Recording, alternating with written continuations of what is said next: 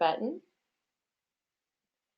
And welcome everybody. This is week 3 of Rev Up Your Startup, and we're going to be talking about sales strategy. So today we have Ellen and Kevin on the phone, and hopefully Whitney will join us shortly. And what I want to do this week is really focus on, now that we've sort of established what the bigger goals are, we want to think about how do we actually make that happen. It's just not as simple as it seems. You have to really think about, where do you want the revenue to come from? How do you want it to flow? And so we're really gonna think about that a bit. And then how do we break it down into individual salesperson activities? So that's our goal for today. And what I want to start with is what we didn't get done. Well, that's interesting. I just lost you guys. A second. Okay. We still hear you. And you can still hear me. I can't see you anymore, but that's okay. What I want to start with is something that we were meaning to do in the first week, but we ran out of time and we didn't work on it. So I thought it would be a good time to bring it up and sort of start here. And this is understanding your market. And there's really 2 big parts to understanding your market. There's actually lots of parts, but I want to focus on 2 of them. The first is, who's your ideal customer? And the second is your competition. But I'm only interested in your competition as relates to how your ideal customer perceives it. So when we talk about ideal customer, there's a couple of ways to think about this. The first and the most obvious is your ideal customer is the target market that you want to go after. And we typically think about that using a couple of tools. The first is we talk about demographics. So or sectors, right? So these companies are in this marketplace. So Ellen, in your case, they would be in physical therapy. And you might narrow that down a little bit more. Maybe they're physical therapists that are working in a specific kind of physical therapy. Maybe they're in a certain region. So we start thinking about demographics to help us identify, how do we really narrow down our target? And one of the biggest mistakes that startups make is we'll just sell to whoever will buy from us. Well, that's great. If people come to you and want to buy from you and you want to sell to them, that's great. But it's really hard to get your message out to everyone. So when we think of everyone as our marketplace, for instance, if you were thinking, Ellen, that every single physical therapist in the entire country was your marketplace, it would be overwhelming and it'd be really hard to message to them and extremely expensive. So what we want to do is narrow that down. So we start using demographics to narrow it down, and then we use what we call psychographics. And psychographics are, what are the beliefs and the values and the way that that company works. You know, for instance, do they pay their bills on time? And you may not know that from the get-go, but we don't want clients who have cash flow issues and can't pay their bills, or because that means that we don't get paid, right? So we don't want clients who are really hard to work with. We don't want clients who don't embrace change if we're representing change in their organization. So we want to look for clients that share our values and have the right mindset, if you can say that about an entire company, but values to embrace the solution that we're presenting and to make it work. So there are 2 sides to ideal customer profile. So if we don't have any customers yet, then what we're doing is we're starting with some assumptions, and we'll be testing those as we go and as we start talking to different clients. If we do have clients already, then there's an additional step when we're thinking about ideal customer profile. And what I have customers do is to stop and think about the clients that they currently have. And I ask them, you know, which are your best customers? And what's really funny is they often say the customers that spend the most money, and they can tell you who they are. But when I start asking questions about how easy are those customers to work with and how profitable are those customers, I start to get answers that kind of indicate they're not very profitable and they're not very helpful. And they're really hard to work with and they're not a lot of fun and everybody's mad at them. And so then I have to stop and ask, is that really your ideal customer? Is that who you want to be working with? Or do you want to be working with people that, companies that are profitable and easy to work with and don't drain your resources that everybody enjoys working with?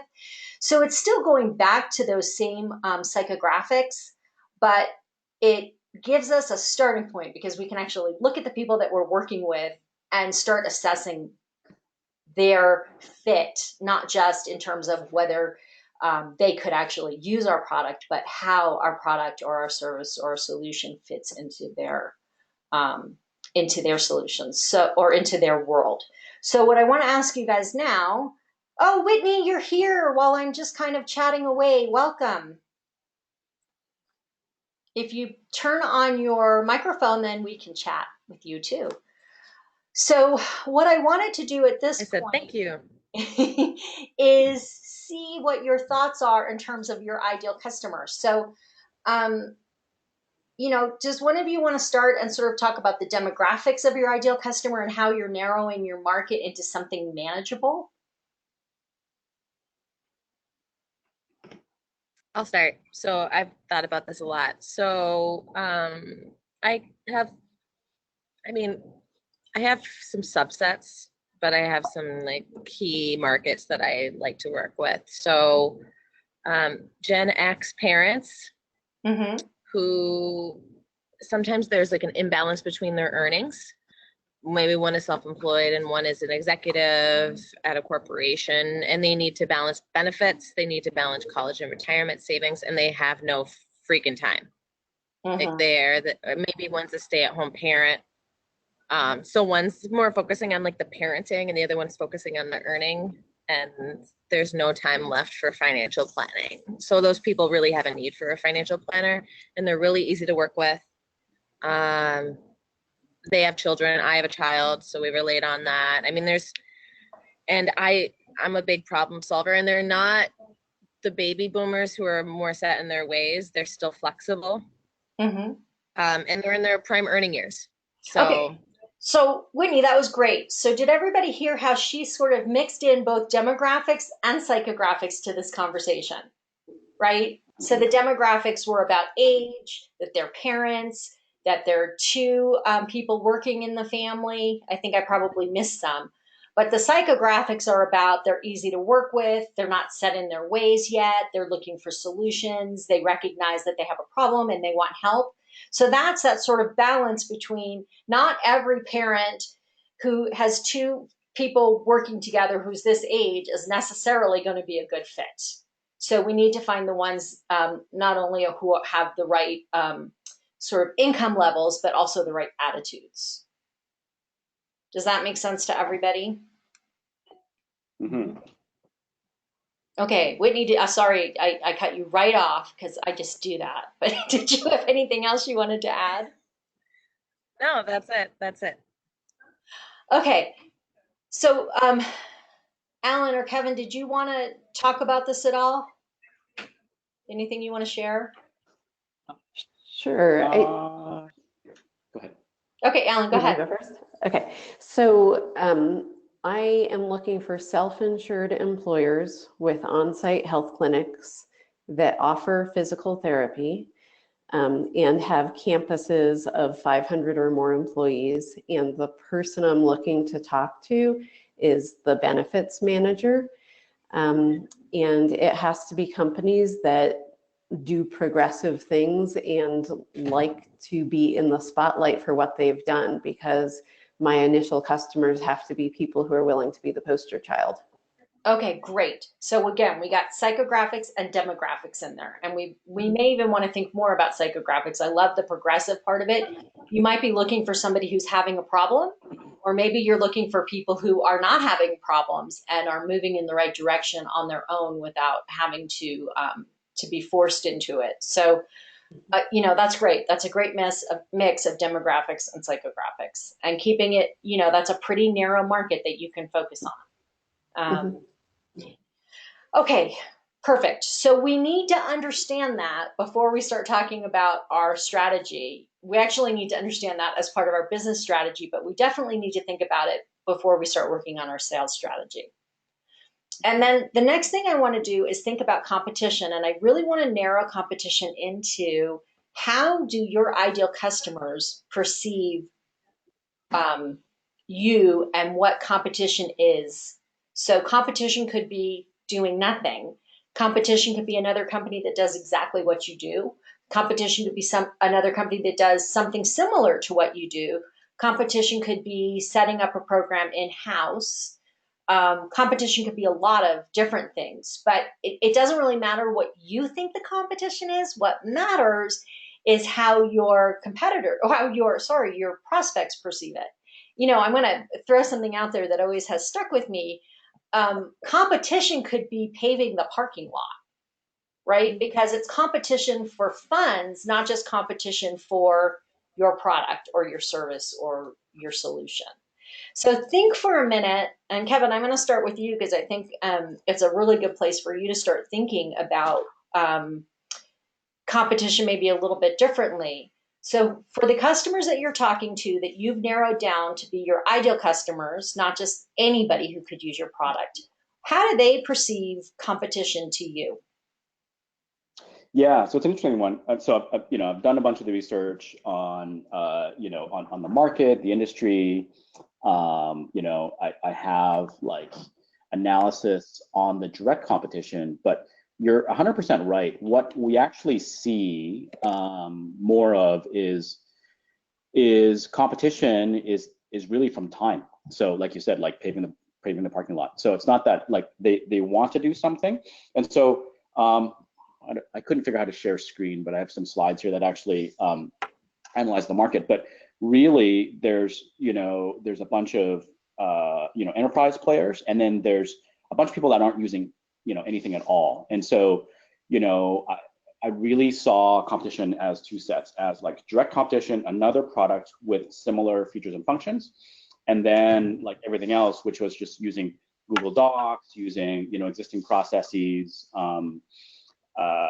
And so not using a specific product to solve the problem.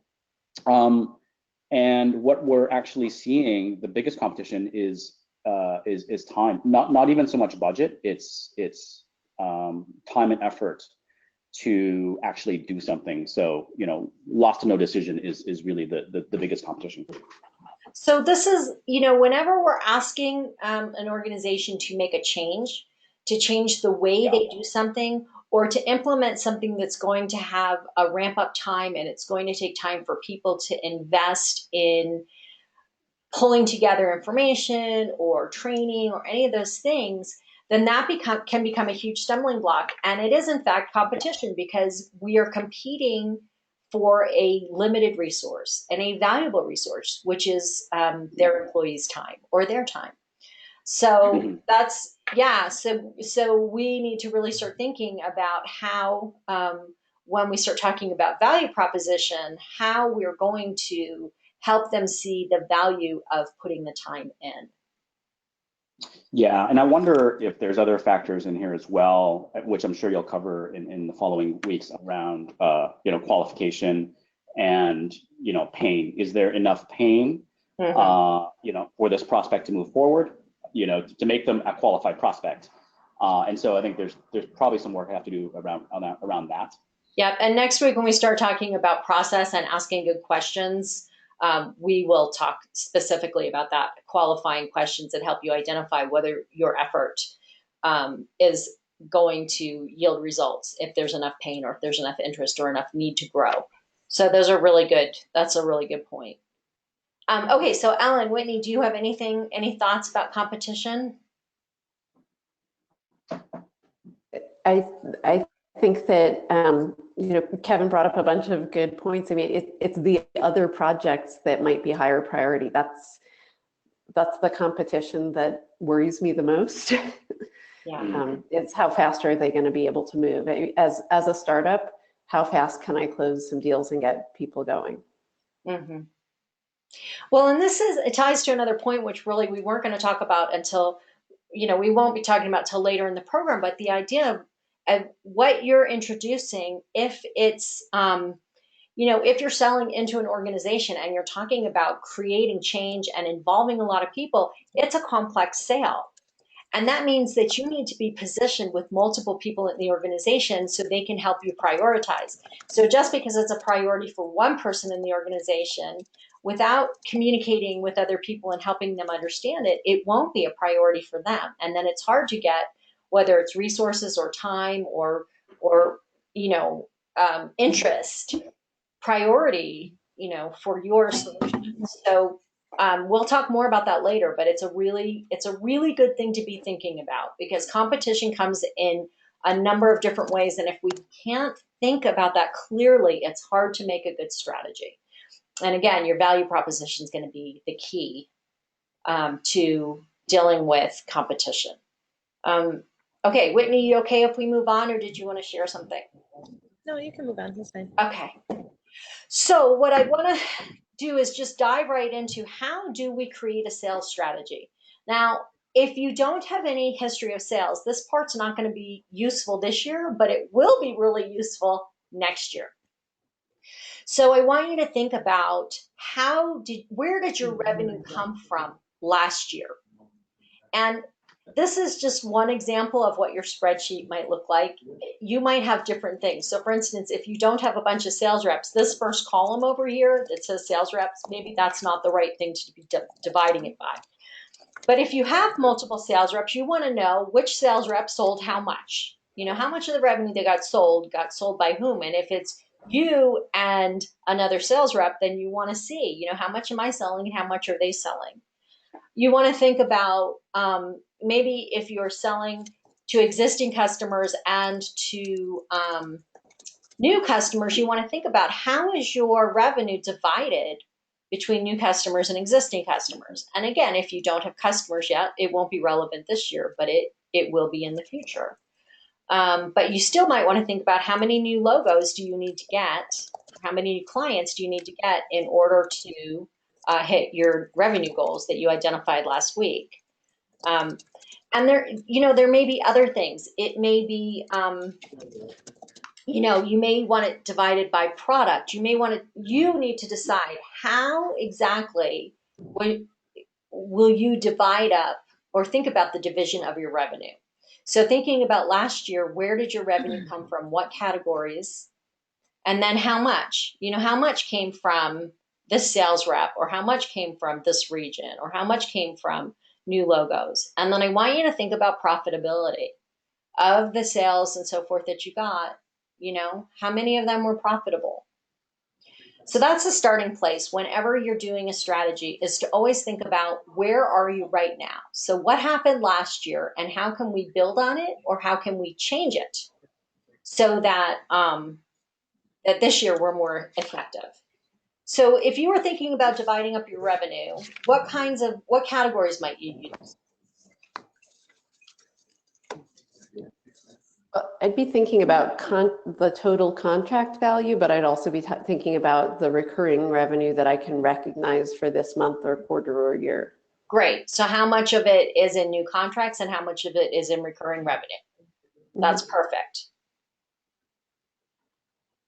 So for me, it's broken down by insurance, investments, and then fee-based advice, and then fee-based asset management. Great. And are you the only person selling right now, or are your partners selling too? It's just me, and my assistants just support for it. So it's just my sales right now. Oh, okay. Why was I thinking you had a partner? Did I mess that up? That's a goal. Oh, maybe that's why. Okay. So you'll have a partner and somebody to help selling. Okay. I didn't pull that out of nowhere. No. Okay. And Alan, I know you're not quite ready for this question, so let's move to the next one. And again, if you had clients from last year, I like to really take a minute and dive into your top 5 clients. Of course, there's only 3 spaces here, but you get the idea. Your top 5 clients, your top 10 clients. And let me stop for just a second. I don't think I reminded you guys to go to the close quickly. There's a worksheet that you can be filling in while we're doing this. Did you guys pull that up, or do I need to give you a second to do that? Yeah, I don't have it. Okay. Let me give you or you can do that sort of while I'm chatting about this. Sorry, I totally forgot to remind you. Shame on me.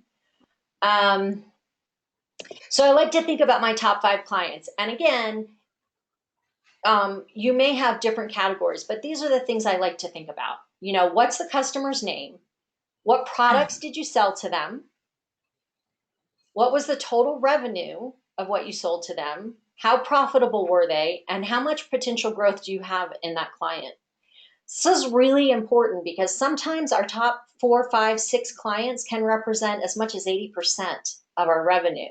So if we haven't really taken time to think about them, we get into trouble later on. So if there's a lot of room for potential growth, we want to think about how are we going to do that. And I think later on we talk a little bit about key accounts, building a strategy for growing these key accounts. Whoops, I got ahead of myself. So does that make sense? I'm not sure which document it is because I looked at under week 3. I just wasn't sure which one we're filling out. Okay, so we're in sales activity, and it's called the sales strategy worksheet. Okay. And it looks like, whoops, I can't make it white. It opens though. I have it open. Yeah, I don't know why it's not opening for me. It did before. Just because I'm trying to show you, it's not doing it, but it normally does. It's open on mine as well. It's probably a slow internet connection. I do have slow internet connection. I do, but my nephew, who's an IT guru, is going to fix that for me. Okay. How detailed should we get in looking at the profit of specific customers? I don't know that you need to be terribly detailed, but I want you at least to think about, are they profitable or not? Some customers are going to give you, I don't know what your profit margin is, but let's say you have a 10% profit margin. If you have customers that are only giving you 2% and you really think you should be getting 10%, then you need to figure out if this is a big part of your revenue, how are you going to change that in the future? If you're getting great profit from them, that's terrific. How do you sell more and make sure you continue to get profit from them and leverage that relationship? So would I spend hours and hours trying to sort it out? No, but you do want to get a feeling for it. Yeah, I just think there's a lot of effort that goes into early clients that winds up being reusable. And so if you looked at just that first customer, maybe they're not profitable, but it's not because they were a problem client. It's because you had to invent a bunch of process to support them. Yes. And so I don't expect any of my early clients to be profitable. But in terms of the marginal costs to support them, I expect them to be profitable. Good. And that's fine. Sometimes clients aren't profitable. Some business models work that way. The client isn't profitable for the first year, but it's a 10-year engagement or expected to be a 10-year engagement. And every year after that is profitable. So understanding your business model is important. And hopefully, Ellen, when you have more and more customers and you've done it more and more times, that profitability will go up early on. Yeah. And they won't be so expensive. So that's fine. As long as you know it and you're expecting it, that's fine. Okay. Any questions or thoughts about this while you're filling it in? And again, we may be a bit early on some of this, and that's okay, but you'll want it next year after you sold tons this year. Okay. You ready to do the next step?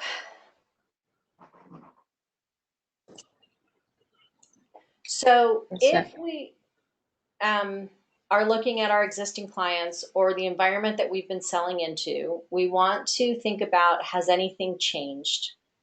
Even if it's just a startup and you haven't sold anything yet, has anything changed since you got this idea?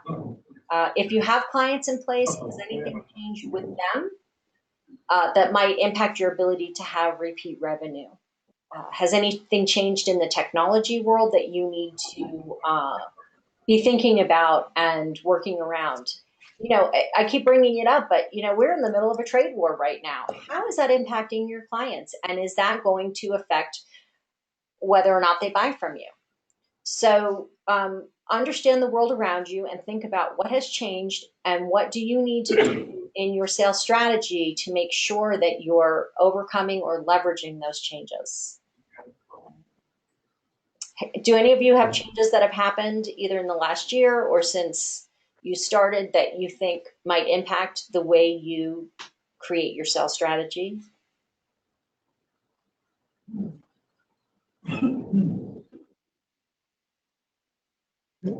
That sounds like a no. So keep an eye out for those kinds of changes. The second thing is, where should you be looking for growth? So this is a very broad question, but we can be looking for growth in a lot of places.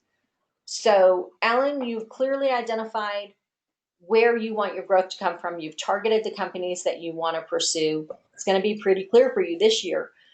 Then next year, you might want to be thinking about where should your growth be coming from. So your growth can be coming from a number of places. It can be coming from existing clients. It can be coming from markets you've been working on and referrals from clients that are in those markets. It can be coming from brand new markets that you haven't had the opportunity to pursue before, but that are ripe for picking right now. It could be coming from new products that you didn't have before. It could be coming from existing products. So when we're creating a sales plan and we tell our salespeople, go sell, we have to tell them where we're looking for our growth to come from. We can't just send them out to sell. We need them to really think about, okay, we want to grow with existing customers. So let's do some work in our existing customers to grow those accounts. Or we really need to be focused on new companies, new opportunities, new logos. So that's where we want most of our growth to come from. And this will change year to year, sometimes even, within a year, something will change that will change that. But every year we need to ask this question again and think about, where's the growth coming from? When we aren't clear about that, we do not get the results we want. So if I have a new product and I want that new product to be a big push and a big percentage of my growth, if my sales team doesn't understand that as I'm developing my sales team, they're not going to do that for me. So we really want to think about that. And then we want to start thinking about what's going to support that growth that you want. Are you going to need advertising? Are you going to need social media? Are you going to need more salespeople? Are you going to need people from within your company to support that? Are you going to need some PR? What exactly are you going to leverage to make that growth happen where you want it to happen? And then what will your team need to do to support that growth? So again, is your marketing team going to have to do something different? Do you have an accountant who's going to have to do something different? Are you going to have to add people to your team in order to support that growth? So while this may not be relevant now, some of you don't have a big team, that's going to change as you grow. And you'll always need to be thinking when you create your sales strategy about all four of these things. And how that's going to impact your ability to achieve your goals. I think, one of the things that we want to do from the very start as we're building our companies is to build a sales culture. So typically when we make the statement that we need to increase sales, everybody in the company, blanks out except the salespeople. That has nothing to do with me. But in fact, it does. Every single person in your company is part of your sales organization. And if they are not recognizing their role in sales, they will be undermining your growth. So when accounting calls to yell at somebody because they haven't paid their bills and they get somebody mad, that is not a good way to build a relationship that's going to continue to get you revenue into the future. If shipping doesn't feel that it's important to get things off on time, that's not going to build relationships into the future. So every single person in your organization is part of. Yeah, I got them for working out because they always break. What? Sorry, I was talking to somebody else. Oh, okay. No problem. Okay. I forgot to put it on mute too. Oh, that's okay. Okay, so here we go. So all that having been said, I want you to think about where your revenue is coming from. And so you could be thinking about this in terms of product 1, product 2, product 3. You could be thinking about this in terms of region 1, region 2, region 3. You could be thinking it in terms of, like in Alan's case, it's client 1, client 2, client 3. but this is a good time to stop and think about, where is the revenue going to come from? And you can change, I did this purposely to show you that you can change what those boxes say. So think about, where do you want your revenue to come from?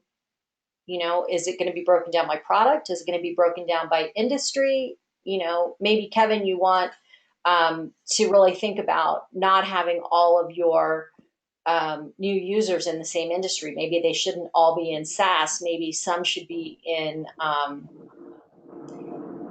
you know, in manufacturing, or some should be in professional services or something, so that you're not dependent on one sector as your company's growing, and you can make sure that you have balanced growth if one industry is failing for environmental reasons or something like that. Does that make sense to everybody? Mm-hmm.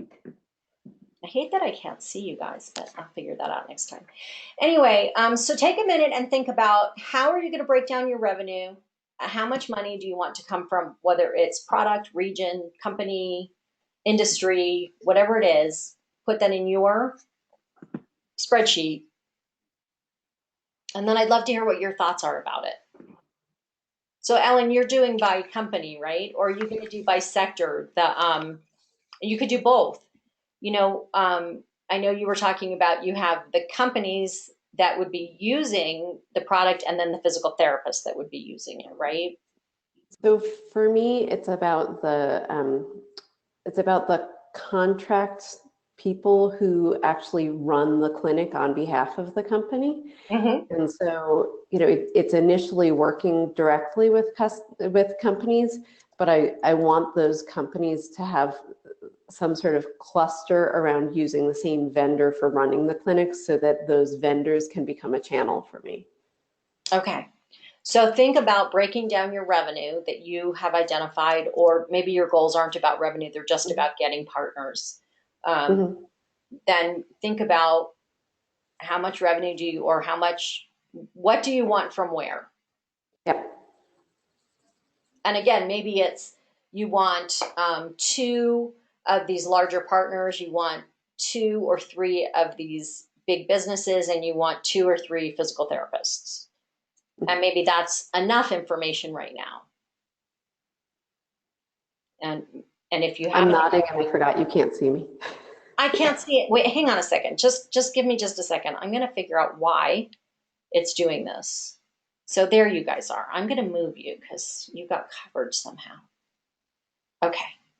Go back to sharing my screen. Bear with me just a second. Okay. All right. Yeah, someday I'll get this all figured out. But not today. So there you are. Okay. Now I can see you again. Yay. Okay, any other thoughts on this?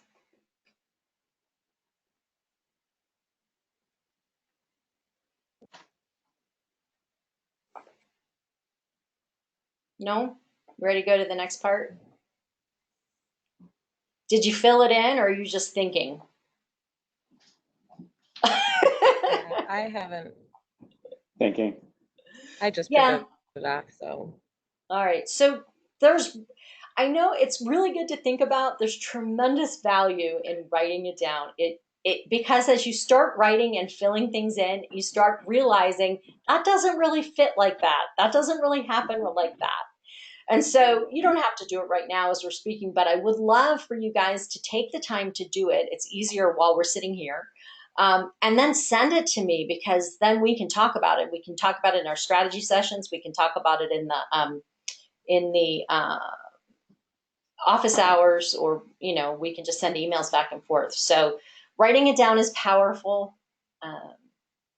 I can only tell you from experience, thinking about it is one thing, putting it on paper, making it work is totally different. Okay, so let's see if we can get. Okay, so here's another interesting thing to think about. So how are you going to hit those goals? So let's say I want I want 10 new companies in the SaaS community, right? So how many leads, general leads, do I need to hit that number? And then how many qualified leads from those leads? How many of them need to be qualified in order for me to hit that number? How many marketing leads do I need? So I kind of said that backwards. So let's take it from the other direction. If we start at the bottom and we have a marketing department, or we're doing marketing outbound, inbound, whatever, how many leads need to come through marketing in order to figure out how many of those are qualified leads, to figure out how many of those are going to be real sales opportunities that I can pursue. And so we sometimes forget that it might take 30 marketing leads to get one sales opportunity that could close, right? So thinking about if I have these goals up here, which are I'm going to have $20 million in sales. I just gave you guys huge opportunity for growth. No, $1 million in sales. $1 million in sales is how many sales? Is it 5 sales? Is it 100 sales? It's different for everybody. And if that's the case, if it's 100 sales, how many marketing leads do I need to hit that number? And if you don't start from big and work to small, you'll never hit those numbers. You'll just keep wondering why can't I hit my numbers? You have to actually start doing the math. And as you do it, you'll realize, oh, my estimations are wrong. Oh, it takes more of this and less of this. But if you don't track it and you don't think about it, you will never know. And you probably won't hit your goals. So Liz, how much of this is a lagging kind of thing versus, are there rules of thumb that, you haven't defined it well enough if it's taking 100 to get to 3 to get to 1? Like what are some typical scenarios you see in the SaaS world? Those are excellent. Those are excellent questions. And the thing is that every company is going to be different. Every sales cycle is going to be different. But you're right. If it takes 100 marketing leads to get one sale, then your marketing message is probably too broad, and you're bringing in people that are not really a good fit, or who aren't really interested or aren't really ready. So, what's reasonable? Maybe 30, depending. I mean, every industry is different, but I would be looking for like 30 marketing leads to 10 qualified leads to 1 or 2 closed deals. Uh-huh.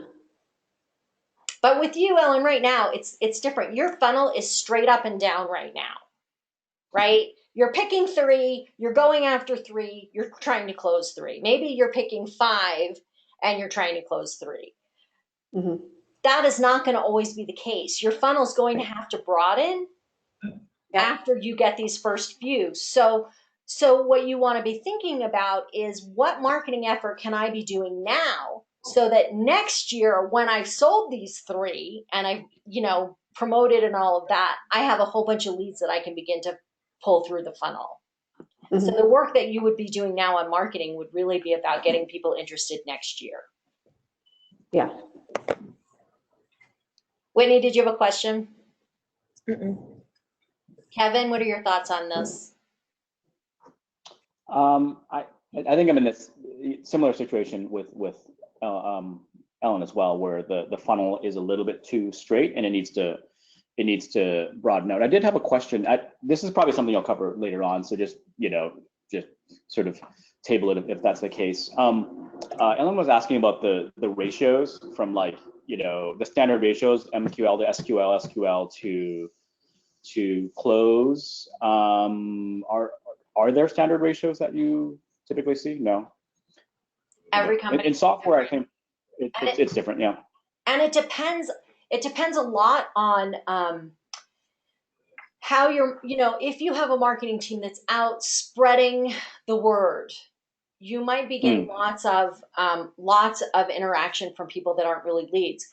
which is, really that good question about what is a marketing qualified lead. So we spent a lot of time working with our clients talking Every company. about, Yeah. what is a marketing qualified lead? Just because they downloaded a white paper does not make them a qualified lead. And you guys aren't at that point yet, but as your marketing departments grow, you'll get there and you'll be like, guys, you're wasting my time. So just because somebody downloaded something, at what point does it become a real marketing qualified lead as opposed to just an activity? And so, Yeah. Every company is different because they define things differently, they move through the process differently, and every sales cycle is different. So some people have a sales cycle that's, a couple weeks or a couple months, and other people have sales cycles that are 5 years. So, I literally am working with a company here in Reno that they could know about a project that's going to be built somewhere, that they're in the design stages and they've called them, but by the time their product goes in, it'll be 5 years out. So it's, I have another company I'm working with right now that their sales cycle is really 1 to 2 years. So it just depends. So it's hard to say exactly what the answer to that is. Everybody's process is different.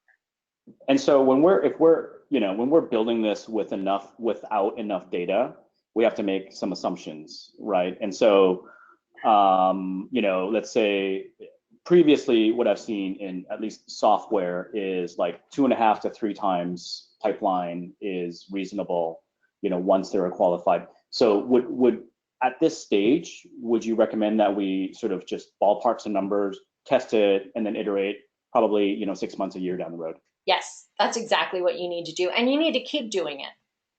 Yeah. This is one of those things that you look at constantly. But the big point right now is less about knowing the answer and more about thinking in your head, who's going to do this work? How is this work going to get done? If I need 30 leads right now, how do we get in order to close something, where are they coming from? How am I going to get them? Who's going to do that work? Am I going to hire an outside marketing firm? Am I going to be writing marketing letters? How's this going to happen? Right, so that's really the starting place. Take a guess, take a wild guess, fill it in, because that's what, that's the best we can do until we have data to work from. Right.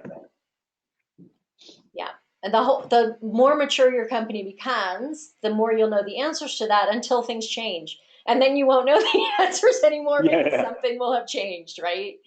And the harder it is to make a change at that point in time. Right. Yeah. Okay. Does this all make sense? Are we good with this part? Yeah. Yeah. Okay. Whoops. Go back up here. And that means I lose you guys. Ugh. Okay. So let me go back for a second because I jumped too far. So then this is when you start thinking about, okay, if I want to hit those goals, I need to think about my whole organization. What changes do I need to make in the sales organization to do that? So I'm thinking right now I'm doing all my sales, but I've set a revenue goal of $1 million. So is it realistic to think that I can sell $1 million by myself? And if it isn't, who's going to help me to do that? Who's going to help me with sales? And then we go back to marketing, right? So if, in fact, you need 30 leads for everything that closes, 30 marketing leads or MQLs for every lead that closes, how's that going to get done? Who's going to do it? Are you farming it out? Are you doing it yourself? And do you have enough time to do the marketing and the sales? And, in the startup phase, we're often doing marketing, sales, and ops. And if that's the case, how are you going to get that all done? And do you maybe need to hire or, get a part-time person or farm out some of your ops work? And this is true all the way across the board. So I can't tell you how often I'm talking to companies and they're saying, yes, I have this $1 million goal or $30 million goal. So a really good example is a company I was working with recently who had a $30 million goal and they were at 15 million or something.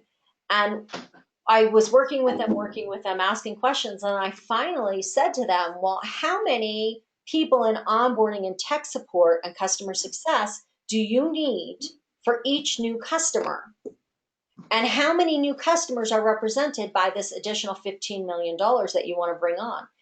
And when I started talking to their people and they said, well, you know, it takes us 1.8 people per new customer. And I'm thinking, wow, so $30 million, that's like 100 customers. How, you know, that's almost 200 people that you're hiring to support them. And when the owners of the company saw that, they nearly had a heart attack. Like, you are not prepared to support the sales you've said you want. So what are you changing on the ops and the delivery side to make sure that you can support this? So it's really important when we have a sales goal that we think about all of the places that need to support those sales goals. You know, do you have the accounting systems in place? Do you have shipping and logistics in place? Do you have product development in place? So all things to think about, because if we sell and can't deliver, that's called unmarketing, or at least that's what I named it. It's called unmarketing, and it undermines our ability to sell more in the future. So we don't want to make that mistake. So we want to think about the whole picture. So how do you feel about, I'm going to do this again. Hang on a second and find you guys, because I lost you again. How do you feel about this as a marketing, as a starting place for a sales strategy? I'm shocked that the people you talked to knew that it was 1.8. That 1.8 people, you know, like, so they actually had it together enough to have tracked and measured these things. Well, I don't know that that's representative of the average startup. It probably isn't. And they were an older company that was changing from a consulting company to a SaaS company. So they were in a slightly different place than you were, and they already had 100 employees. But the idea of adding 200 more was substantial. But they did have somebody in the organization who was responsible for customer support. And so they did know that. But yeah, you're not going to know that in the beginning, but you need to start thinking about it. Okay. Yeah. When I bring on a new client, Ellen, you just told me about this, right? When I bring on a new client, I know I'm going to lose money because it's going to take hours and hours. So have you calculated exactly how many hours it takes to onboard each kind of client? And if in fact you want 3 of each or whatever your numbers are, how many hours does that represent over the course of the next year? And can you do that? And if you can't, do you have support, or can you get support to make that happen?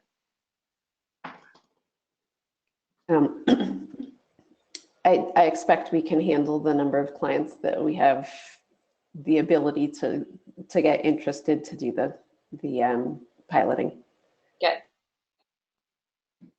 Good. But when you do the first one, you haven't done the first one yet, right? We've done early stage things, but okay. Yeah, we don't have a paying client fully onboarded. That's okay. But as you're doing different projects, track the time. How long does it take to do this? How long does it take to do this? And you may get faster as you're doing it, but start tracking the time so that you don't find yourself surprised and unable to deliver in a timely manner.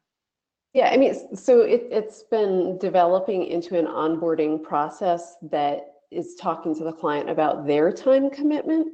And so I've put together a whole spreadsheet of the different stages that they'll go through and sort of their micro pilot before rolling it out to a larger audience, and what training has to happen of their employees. And so there's the part that's the repeated onboarding, and then there's the part about developing the materials that will get used in all of them. Mm-hmm. Okay. Hey Liz, I gotta ask, is this one of those, you know, good problems to have? Because it seems to me like it really is, right? Like if we can manage to close enough deals that we gotta hire more people, we gotta scramble, and we gotta build some process in order to support them, you know what, 100%, like that is money well spent. And then you gotta like, okay, let's make this process more efficient so that we don't have to put, you know, like 1-to-1 or 1.8 to 1, for instance. But so I guess my question is, my first instinct is to say, you know what, let's get that funnel, let's get those deals in, and then because they're not going to come in like all overnight, we'll probably have time to staff up and build some process around it.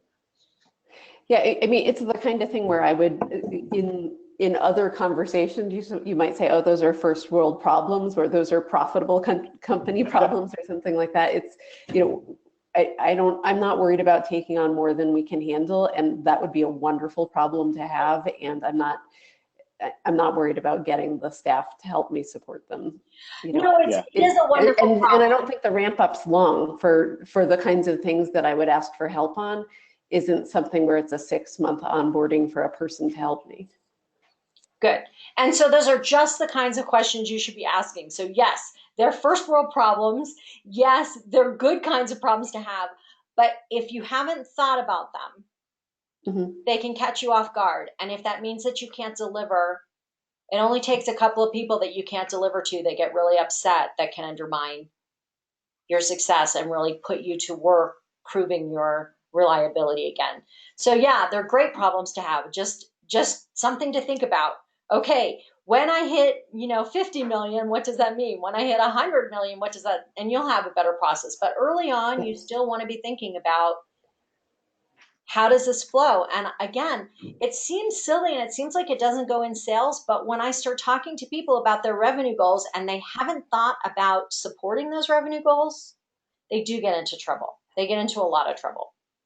So I mean, the time that I think about this is when I think about about receiving outside funding and what are the milestones that trigger the different tranches of funding. Yeah.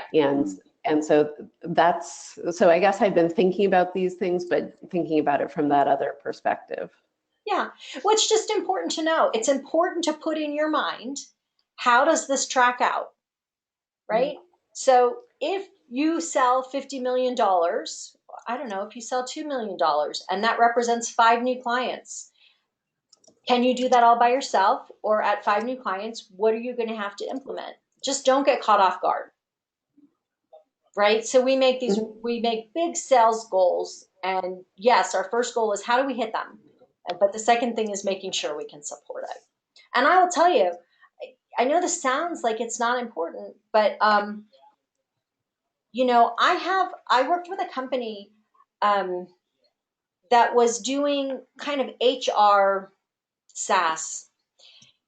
And the salespeople were so frustrated because they would sell it. And then the company that they're working for would say, well, it's going to be 6 months before we can onboard that. Well, they were given sales goals. They were hitting their sales goals and the company couldn't deliver. So those sales were going away because they'd say, well, I can't wait 6 months for you to onboard me. I'm going to go with, your competitor and get onboarded right away. So, and this was, a company that had been around for a while and you're like, whoa, you think you could figure that out? You have to have the resources in place to support. So it's not a matter of slowing down sales. It's just a matter of thinking about what are the ratios and how are you going to do it? And what do you do when they get there? Yeah.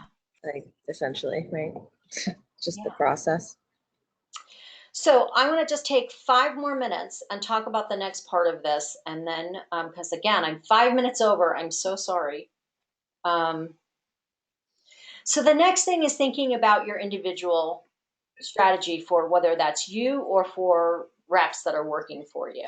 And when you have reps, you need them to go through this process. So again, who are your top 5 clients? What are the growth goals for those? And what are the critical actions to hit those? Then, whoops, I'm dangerous with a pointer. So the next thing is prospecting ideas. Again, if I have an individual revenue goal up here, so I say, Joe, your goal is, 50,000. How are you going to hit it? Well, I'm going to grow my existing clients this much. I'm going to think about prospecting ideas. What am I going to do? I'm going to go onto Facebook. And I'm going to spend 3 hours a week on Facebook. I'm going to go to these networking events. I'm going to go to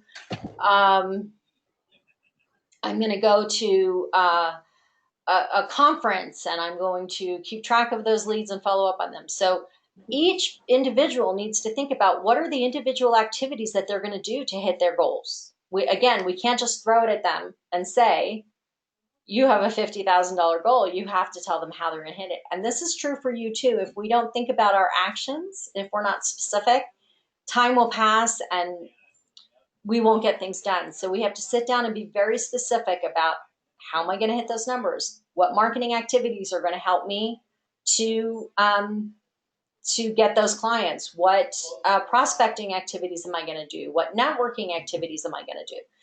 Really need to put it down on paper and think it through. Whoops.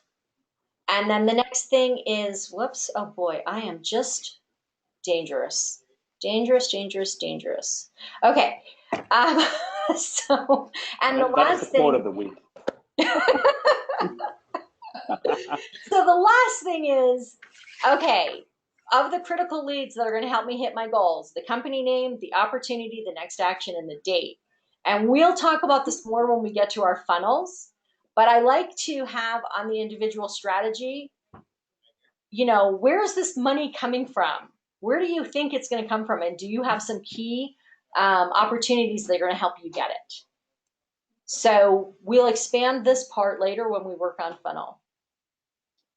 So that's what we have today for sales strategy. All right. Do you guys have any questions or concerns? A lot to think about. No, just have to fill this thing out. Yeah. Okay, so go ahead and do that. Feel free to send it to me or create a Google Doc that we can share, and then, but you have to send it to lizrhyman@gmail. And if you can't remember that, ask me, because I don't know, I haven't been smart enough to connect my Alice Hyman account to my Google account, and I've tried, but it doesn't work. So you have to send it to the other address. But go ahead and fill them out. Join me on our office hours if you have time. Send me an email, and don't forget we have 30-minute strategy sessions that you guys can set up. Have a great week, you guys. Thanks, Thank you. Liz. Have a great week. Liz. Take care.